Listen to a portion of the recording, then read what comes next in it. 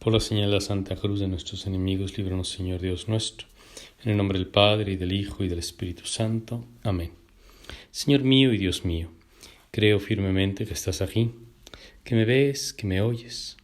Te adoro con profunda reverencia. Te pido perdón de mis pecados y gracia para hacer con fruto este rato de oración. Madre mía Inmaculada, San José mi Padre y Señor, Ángel de mi guarda, intercedan por mí. Ayer, viernes 26 de enero, se interrumpía la secuencia de la primera lectura a causa de la conmemoración de los santos Timoteo y Tito. Y hoy se retoma la lectura continua del libro de Samuel, del segundo libro de Samuel. Y ayer, si se hubiera leído el texto, hubiéramos escuchado estas palabras donde comienza la lectura diciendo: en la época del año en que los reyes acostumbraban salir a la guerra, David envió a Joab con sus oficiales y todo Israel contra los amonitas. Puede sonar llamativo. ¿Cómo es ese tiempo en que los reyes acostumbran salir a la guerra? Como si fuese un pasatiempos, como quien tiene por costumbre un día a la semana salir al cine, o una vez al año ir a una playa o a la montaña. Y aquí se habla de una especie de costumbre, una época en la cual los pueblos que se adiestraban para la guerra se ejercitaban. Si nos vamos más hacia atrás en los textos del Antiguo Testamento y llegamos al libro de los Jueces, se nos dice allí que cuando entró el pueblo de Israel o las tribus a la tierra prometida, tenían la orden de exterminar o de acabar con una serie de pueblos para instalarse ellos, pero que Dios dejó a una serie de naciones, de pueblos a los que Israel no iba a poder exterminar, y que los dejó allí para que Israel se ejercitase en la guerra, para que nunca dejase de aprender y de transmitir de generación en generación el arte de la guerra. Pues bien, estas cosas han sido interpretadas y leídas con razón por los padres de la Iglesia de una manera alegórica, de una manera espiritual. O sea que el hombre en singular, el creyente y la Iglesia en general, una vez al año tiene una época de la guerra, cuando sale a la guerra. Generalmente se habla de la época fuerte del combate, que es la Cuaresma.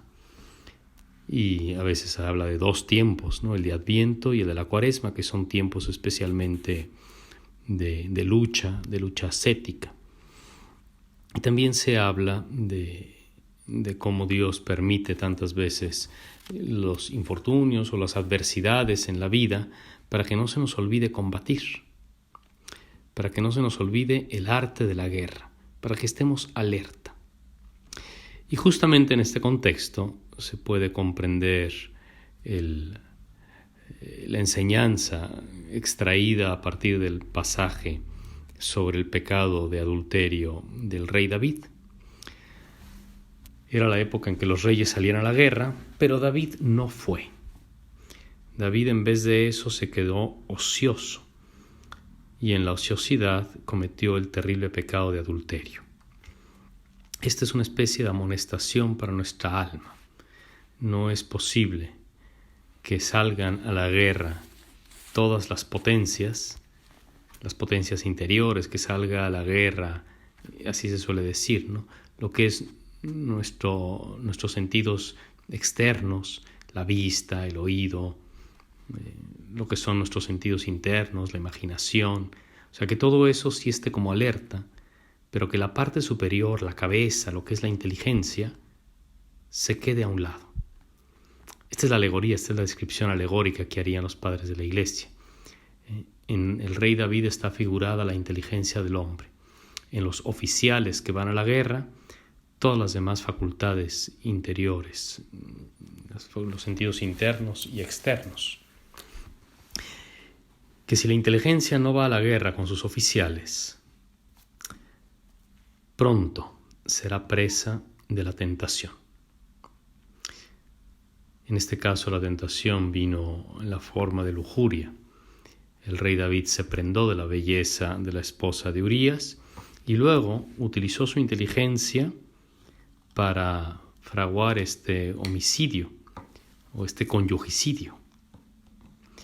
Porque en efecto, cuando la inteligencia no está alerta y no medita las verdades divinas, los mandamientos, cuando no se convence de la verdad de las enseñanzas divinas, es posible, sin duda, practicar ciertas virtudes, ser relativamente templado, comportarse de una manera socialmente aceptable, pero en un determinado momento, en algún punto concreto, en algo que quizá es como escondido, el hombre pecará, ofenderá a su Señor, transgredirá algún mandamiento. La inteligencia se oscurece, piensa que el hombre piensa que es una buena persona porque no hace daño a nadie, porque no agrede al prójimo, pero es como una inteligencia ociosa que no se está ejercitando en la lectura de la Escritura Sagrada, de las enseñanzas de Jesús, de las verdades morales que nos transmiten los antiguos, los padres de la Iglesia, el catecismo mismo. En fin, toda esta alegoría que vengo desarrollando, que nos sirve para nuestra meditación, nos ayuda como a entender qué es lo que pasa enseguida. Enseguida viene el profeta Natán, en la lectura que se escucha hoy del primer libro de Samuel. Y es el profeta Natán que con una historieta le hace caer en la cuenta a David que el adúltero, que el injusto, que el inicuo, que ese hombre malvado que prefirió matar a la ovejita del pobre en lugar de una de su propio rebaño, que ese hombre es David. Tú eres ese hombre, le dice.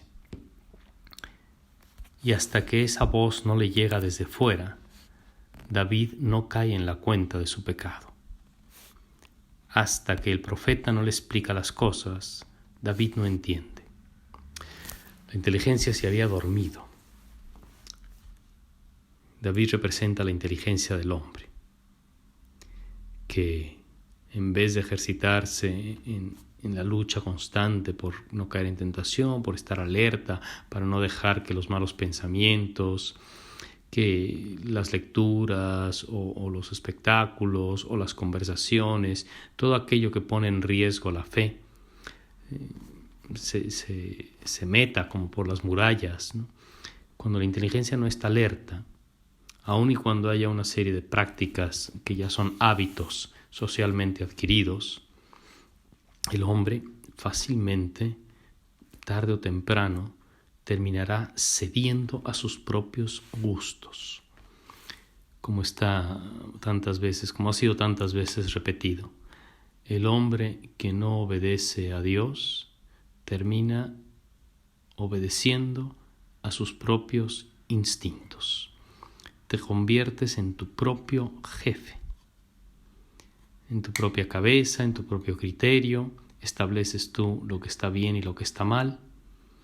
Y si al principio te alimentas intelectual y moralmente de principios o de criterios aprendidos por una buena educación, al final terminas conduciéndote por tu propio parecer. La enseñanza de esta lectura que hacemos de esta manera alegórica es que no todo está perdido.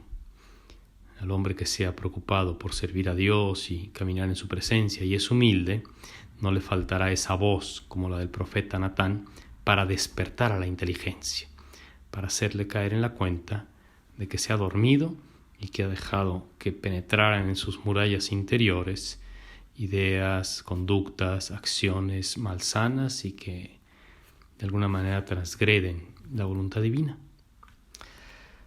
El Señor le reveló al profeta Natán lo que David había hecho, y Natán a su vez, con una historieta, le hizo caer en la cuenta a David de su gran pecado. Y en cuanto el rey David reconoció su pecado, Natán le respondió: el Señor te perdona tu pecado, no morirás. Te doy gracias, Dios mío, por los buenos propósitos, afectos e inspiraciones que me has comunicado en este rato de oración. Te pido ayuda para ponerlos por obra. Madre mía Inmaculada, San José mi Padre y Señor, Ángel de mi guarda, intercedan por mí.